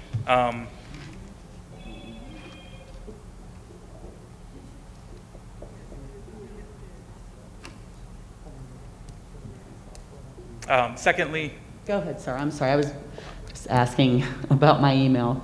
Yeah, sure. Secondly, with the SRO being taken out of the middle school, I really appreciated previous speakers' note about mental health. I know that in many places people are looking at mental health professionals as alternatives to police, and I have heard lots of great stories about what this officer did, and it sounds to me like in almost all cases, an authority figure adult could have done the same thing to help the students. And so I hear people really wanting an SRO back, and also I have a suspicion that there may be some collusion, and you all can't say this, so I'll say it, there may be some icing out of the school district that's going on that I fear may happen, and you may find all police departments don't want to be associated with the school district. That might happen to you. And so I think there should be a plan to have personnel to help parents feel like things are safe, like the fights are going to de-escalate, like the kids are going to be safe. And I don't think that police officers are the only option for that. And I know that you're going to keep pressing to get another police officer in. And also maybe it's time to fast track other options. So that's something that I would like to hear more discussion of. I think that having the district spin up police force is probably a huge waste of money, and I would not like to see that. But I think other professionals that could help with safety and mental health would be a great thing. Another thing that I would like to see happening with the district is hear about plans for once I've heard, and there's been on the news about the mask mandate in the schools ending. I know that you all have been tracking on that, and I would like to perhaps hear more about what will happen once that mask mandate is ended, and local control is kind of reinstated, what the plans will be, what the decision process will be once the mandate is over. Thank you. Yes, please. All right, so this is the moment where the question to like, what the heck is the solicitor doing on her phone and looking in these books this entire time? I've been doing the legal research because again, this order came down this afternoon and that appeal was only filed at 4:30. I was here by 6. So I do first want to say that I have, in this time, independently verified a legal basis for the Commonwealth to in fact have a supersedious status pending the appeal. So it's Rule 1736B of the Rules of Appellate Procedure. I've looked at cases. I feel pretty confident as I sit here now, and I recognize that that is different than an hour and a half ago. But I do want to share that with the board and the administration and the public as I sit here. And so part of the answer to your question is kind of like, okay, where are we at this hot second? I will say at this hot second, the masking order is in place unless or until, and there is a process under the rules for any of the appellees. So any of the, so that is the Senator Corman and his side of the V in terms of the case, can file an application to the court for that supersedious, which means the automatic stay, the staying with the status quo, right, of prior to this order. There is a right to do that, so we'll have to watch that, but it is my legal opinion right now that the masking order is in effect in schools in Pennsylvania. So there is a point in time, and that right now is in mid-January when the order will, we believe, from every indication, will disappear, in which case the district has a health and safety plan. The board is responsible for setting all the elements of that. Masking is one of the components. Obviously, there's an interaction between masking and some of the CDC recommendations, which are also incorporated into the district's plans for contact tracing and quarantining. So all of those things will have an interplay. The board at any time, subject to the Sunshine Law, I mean, has the right to change that health and safety plan, and it has been adapted several times during the course of things. The process going forward, I think, is going to depend on the board and the way that they look at these issues. But certainly, you know, those are just the legal components of it. The administration, Dr. Pasquarella, could certainly add as he sees fit. So what I just heard you, I guess, say now is that you do feel, just to be clear, that an appeal was presented, and based upon that appeal, the mask mandate is still in place? At this point in time, yes. Okay. And I'll put that in writing. I'll assist the administration in writing that and sharing So that then, with the community. I mean, without repeating myself from earlier, we've said that if, you know, it is mandated, our health and safety plan says that we will continue to ask all folks to mask. So, I mean, at this point, it is a mandate again. That was quick. We didn't even get the first letter out, and now we're back to having the mandate at this given point. So, based upon that, then our health and safety plan would say we would continue with the masks. And we will send a blast out detailing. Well, yeah, I would like, on that note, I mean, we'll say that in the public, yes, a blast. I think we're going to need the solicitor as far as the legal code that she just listed out, because some people are going to have some questions on that.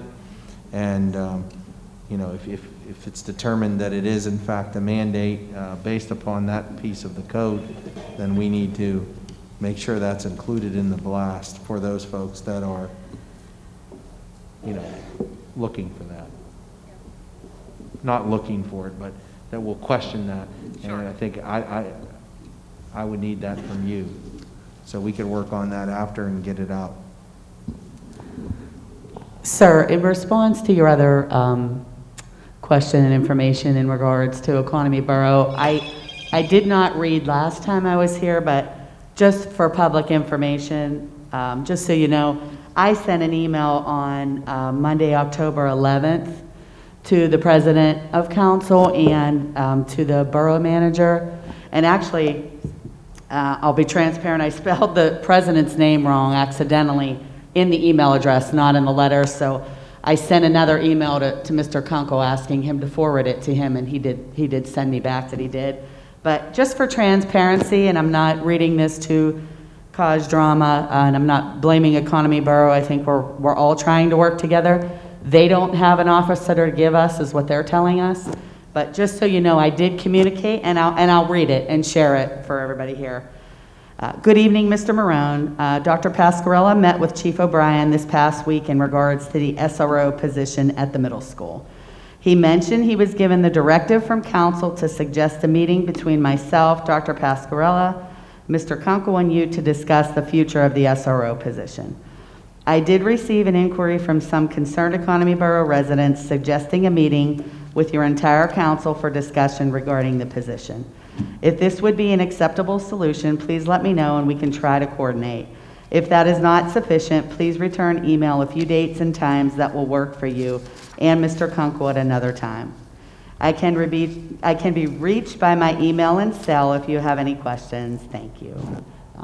Just so you know, I did send something in the beginning, and I did attend the meeting, and that's all I have as far as that correspondence. But again, I'm not blaming Economy Borough. I'm not, saying they are at fault. They don't have somebody to give us. The intention, at least our discussion, was that an MOU would be sufficient. So that's where we are right now as far as waiting there.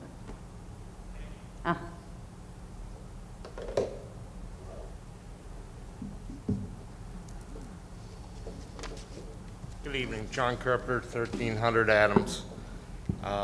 Just to follow up on a couple things that I don't feel like we got clarity on. One was one of the questions on what Plan B was for the resource officer. I don't know that, I think we ran out of time on that question, and we didn't really hear what Plan B was. Ms. Solicitor Turnbull, I believe the MOU you were waiting to, that was our next step, John. We're waiting back to hear you did send Solicitor Askar, correct? I did. So the way that's being proposed right now is a cooperation agreement. It's actually like the way that I framed it was more like a limited mutual aid agreement for school safety purposes.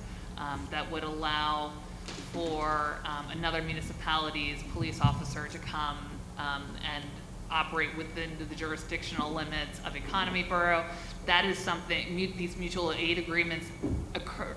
They exist generally between police departments as a starting proposition. So I used that format, one, because I think it would be familiar to them, and it was more limited in scope. Right now, and that's why I did connect with, the fundamental piece that needs to be there first and foremost is Economy Borough's agreement to that approach.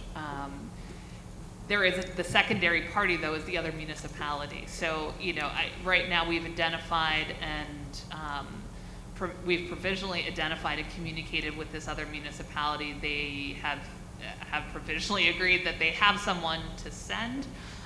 They would be a signatory to this as well.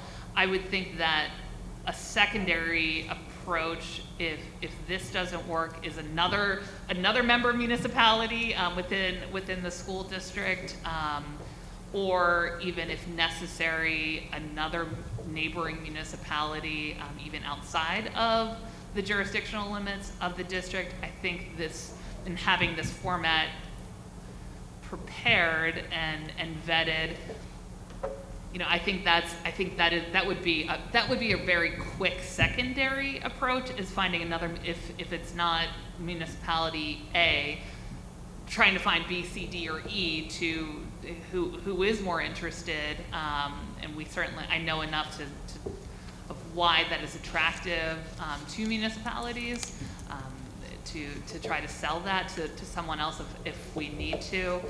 School police officers, under the law, are an option, but I mean, that's you taking on another employee and all of the liability and responsibility for supervision, I mean, all under your tent. So that's a big step to take. One that the board is certainly, free to look at going forward. So that is, I would say right now, that feels like a plan C rather than the next thing. I'm sure there are other options as well, but those, at least in my estimation or my thinking, are kind of the next ones, the next fastest ones on the horizon. Okay. All right. Can I? So I just want to make.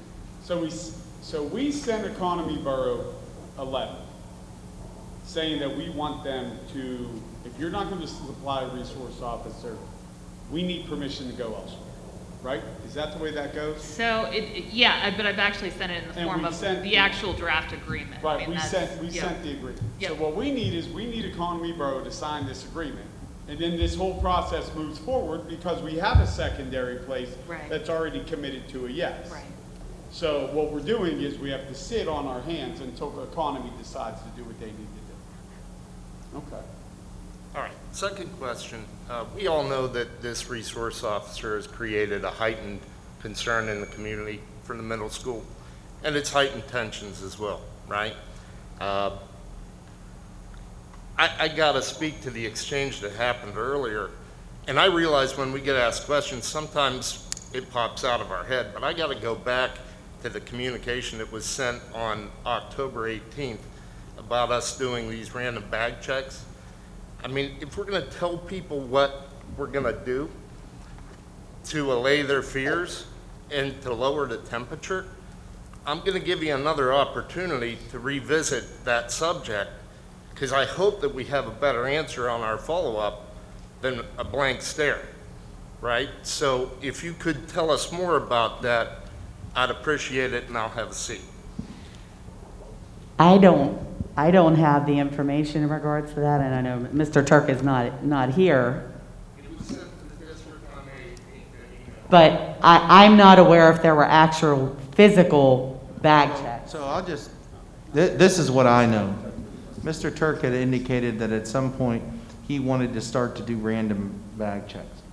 He asked if that would be okay.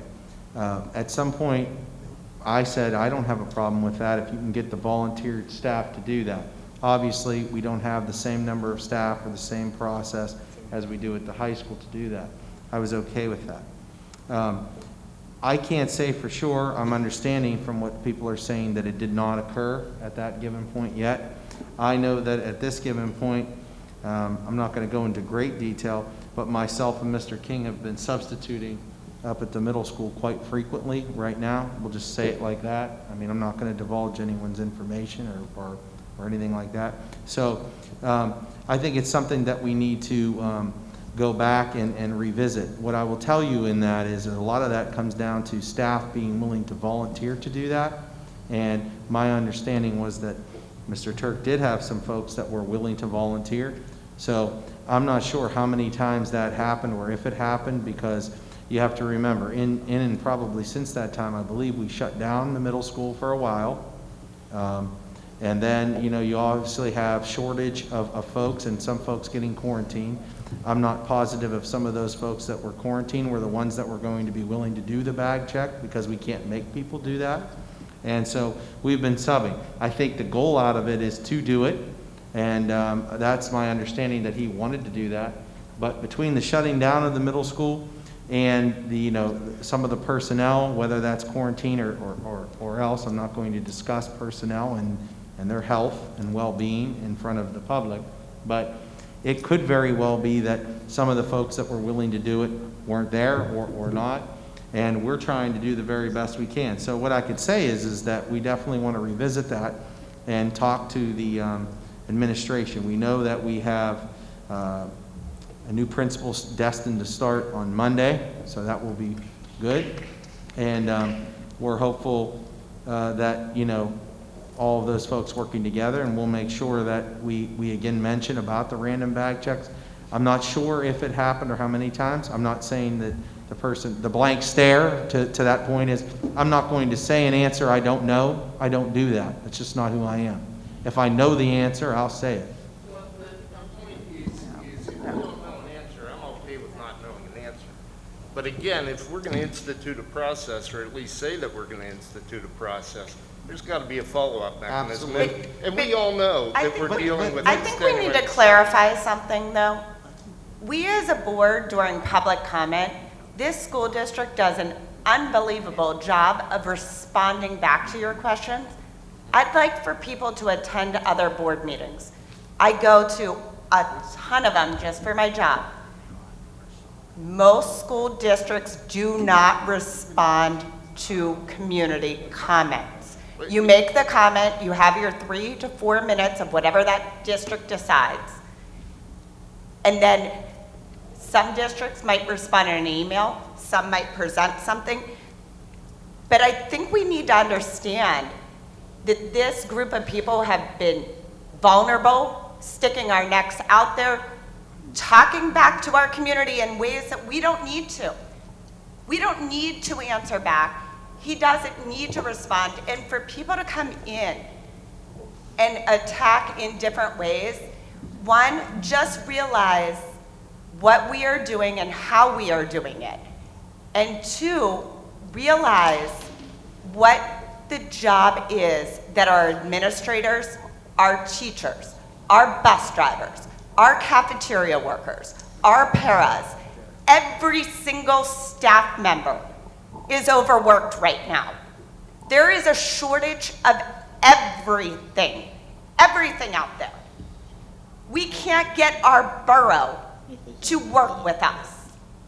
We have big issues as a society, and we are trying, and people are working really, really hard. And our administrators up here work ridiculous hours and work super hard every day. So this blank stare comment, it's rude.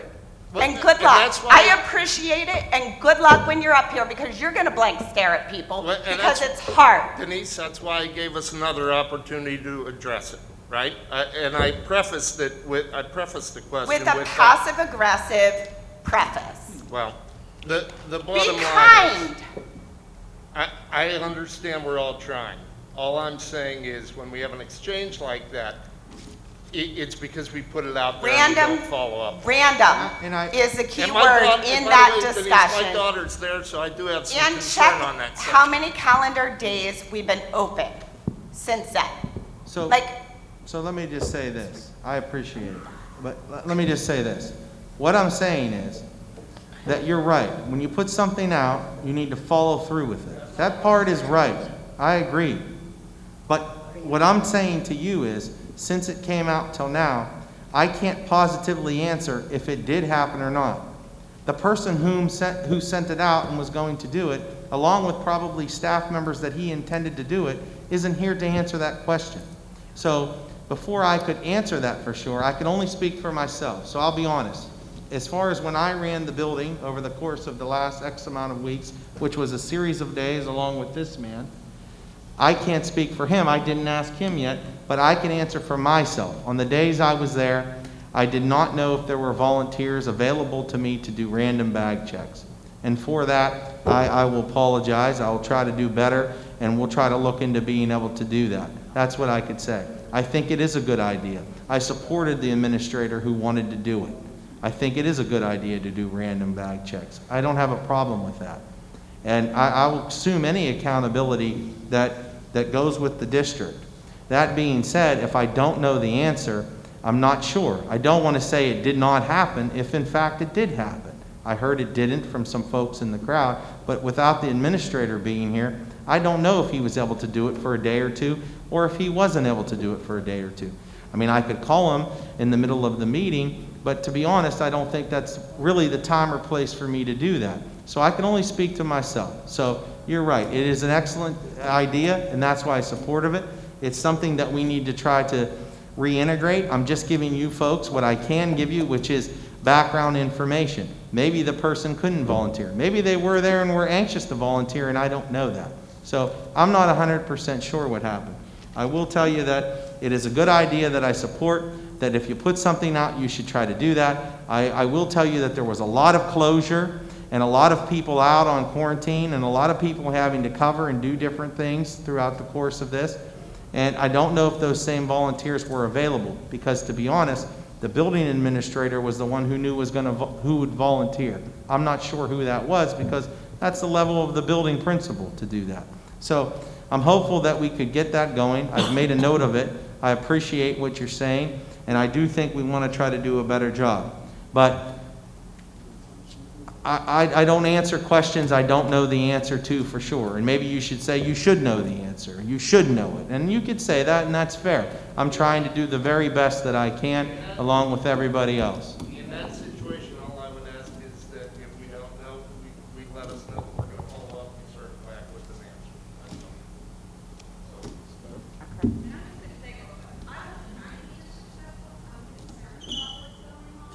I understand being in education as a professional, about being staff shortage, about having hundreds of emails and working into the late hours of the night. I 100% get it.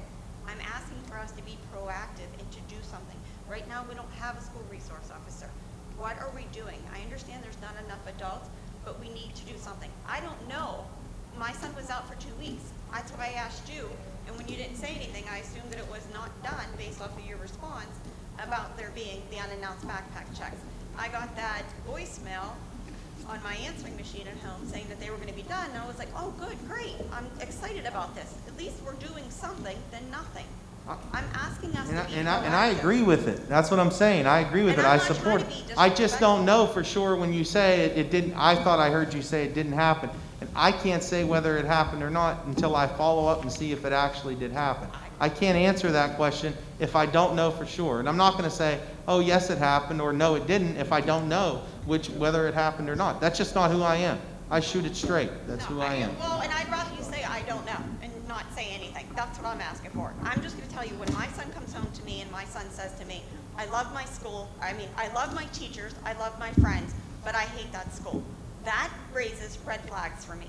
And when all the teachers tell me what a ray of sunshine he is, he's happy regardless, he's respectful, it's a concern for me. Education and safety are my two biggest things.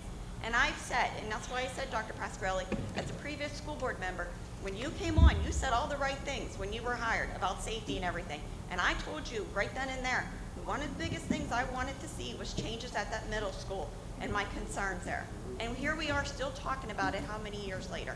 That's all I'm asking for. I want us to be proactive. After seeing the news tonight, Greensburg, Salem, a student brought a gun into school. They didn't think anything about it. Nobody knew anything about it. But they had concerns because they thought the student was on drugs, and their school resource officer just happened to do a check. What did they find? They found a 9mm. Okay. And I don't know what the weapons that were found either, but a box cutter can be used very much. I will say that there were some things done, though. I wouldn't say that there's nothing done. Unfortunately, we fell on this, but some suggestions that occurred in the spring are being done. Mr. Sproul, if I'm pronouncing his name right, he's doing morning level meetings at least once a month that's trying to talk to kids about a variety of things, from character to, you understand, being respectful to each other. So that was a suggestion made. Looking at when and if possible to work with, big brothers, big sisters, and those kind of things. We're exploring options with that. Those were some suggestions made. The random bag check did come up, and he's looking to try to implement that with the right volunteers. We're looking to do that. So I will follow up to see if it's done. If it wasn't done, we'll do that. So to say that nothing was done, I think that's, you could always do more and we could always try to do better. That's a fair statement. But to say we've done nothing, I don't think is 100% fair either. Just to be honest. That's my response to the question. Can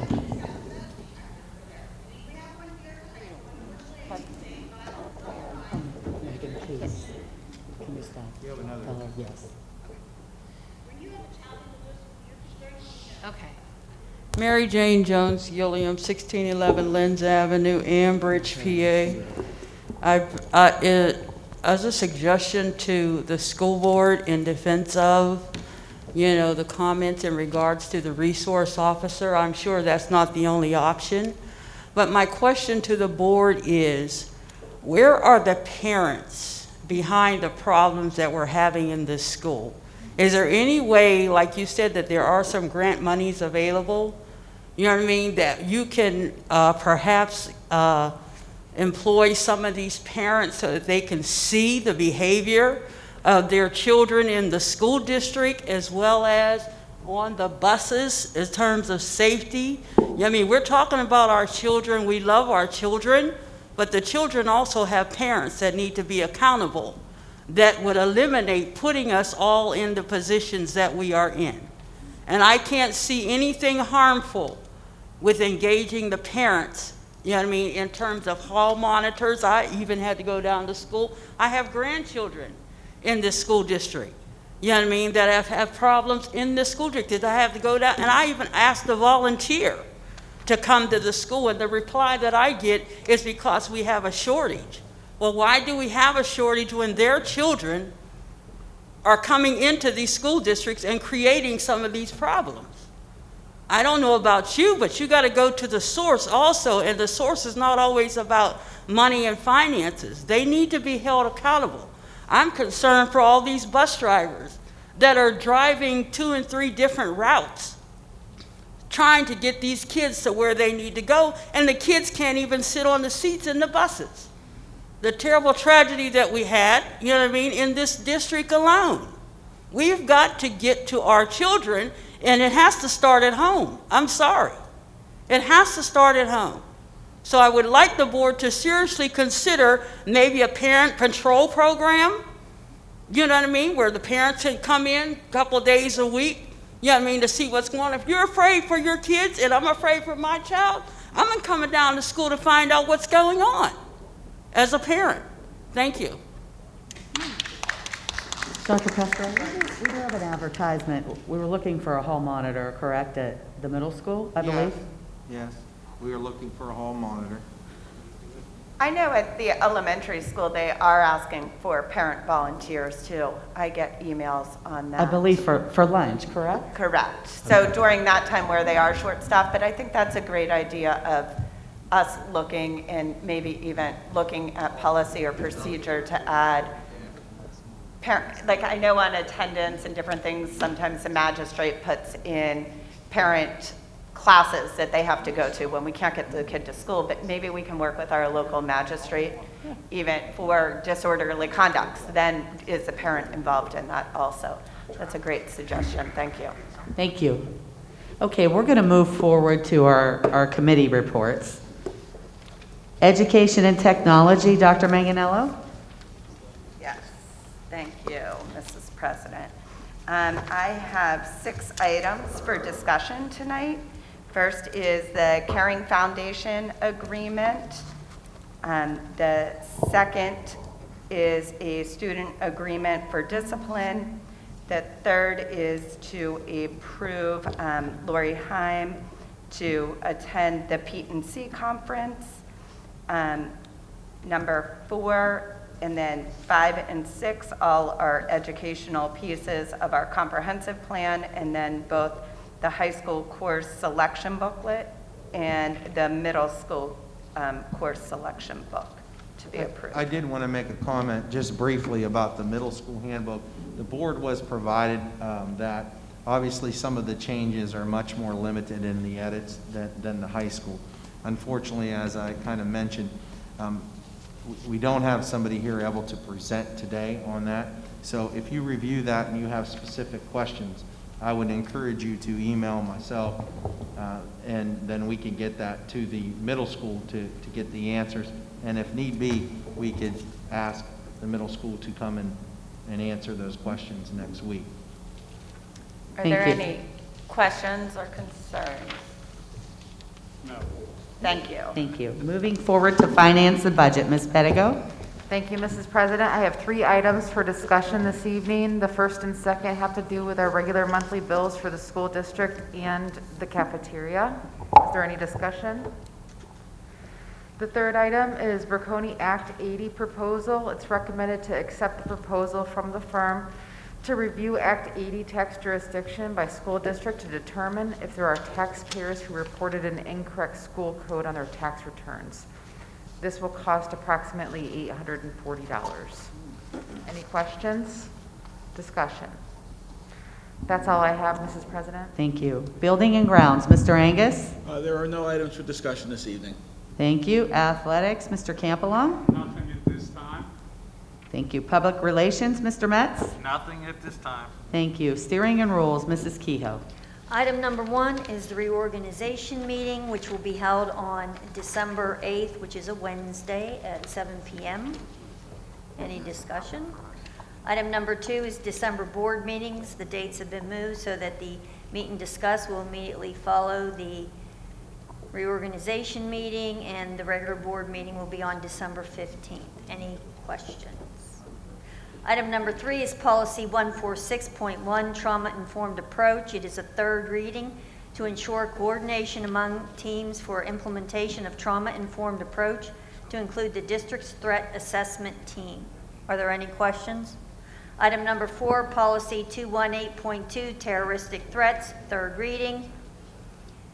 It is to ensure coordination of handling terroristic threats with the threat assessment team, including assessment of the student, communication, and disposition of the threat. Any questions? Item number 5 is Policy 247, Hazing. It's a third reading to include a statement directing staff to report the student to the threat assessment team in cases where the behavior of a student indicates a threat to the safety of the student, other students, school employees, school facilities, the community, or others. Any questions? Item number 6 is Policy 249, Bullying/Cyberbullying, third reading. It is to include a statement directing staff to report the student to the threat assessment team in cases where the behavior of a student indicates a threat to the safety of the student, other students, school employees, school facilities, the community, or others. Are there any questions? Item number 7 is Policy 252, Dating Violence, third reading. It is to include a statement directing staff to report the student to the threat assessment team in cases where the behavior of a student indicates a threat to the safety of the student, other students, school employees, school facilities, the community, or others. Are there any questions? Madam President, that concludes my report. Thank you. Legislative, Ms. Young. Nothing to discuss at this time. Thank you. Salary Schedule, Labor and Relations, Mrs. Curtis was unable to be here this evening, but we have nothing to report. Can I have the sunshine? Mrs. Fisher, before you go, I know superintendent's report, and I kind of already talked about it, but I did kind of want to just congratulate again all of our student athletes and everyone who was involved in activities in the fall. I think it was a successful fall. I'd also like to, congratulate, as we had said, I think we saw some of our students on a successful volleyball season, football, made the playoffs for the first time and competed well. That was very exciting. And our soccer team was still doing really well. We just caught a game the other night where we won 2-1 against I think it was the District 10 champions, Fairview, and they continue to progress. So really proud season. We're excited to see everything that's going to happen in the winter seasons as well, as far as athletics and the arts, concerts and those types of things will be forthcoming. So just wanted to kind of try to end on a positive note too, again, to say that our students are doing really good things. We're really proud of them, and good luck to the soccer team, and go Bridgers. Thank you. We have great students in Amherst, don't we, Dr. Bascarella? Sure do. Yes, we do. Can I have the sunshine law, please? The Board of School Directors held an executive session on Wednesday, November 10th, to discuss personnel matters, matters subject to attorney-client privilege, and other confidentiality laws, and safety and security. Thank you. Thank you all for attending tonight. I do want to say that before we adjourn. Sometimes things can get heated in here. We are all here, I believe, or we wouldn't be sitting here for 2 and 3 hours at a time worrying about our children and discussing our children. So thank you for being involved and being community members and parents that do care just as much as we do. I have a motion on the floor to adjourn. So moved. Thank you. Do I have a second? Second. Thank you. All in favor? Aye. Any opposed? Have a great night.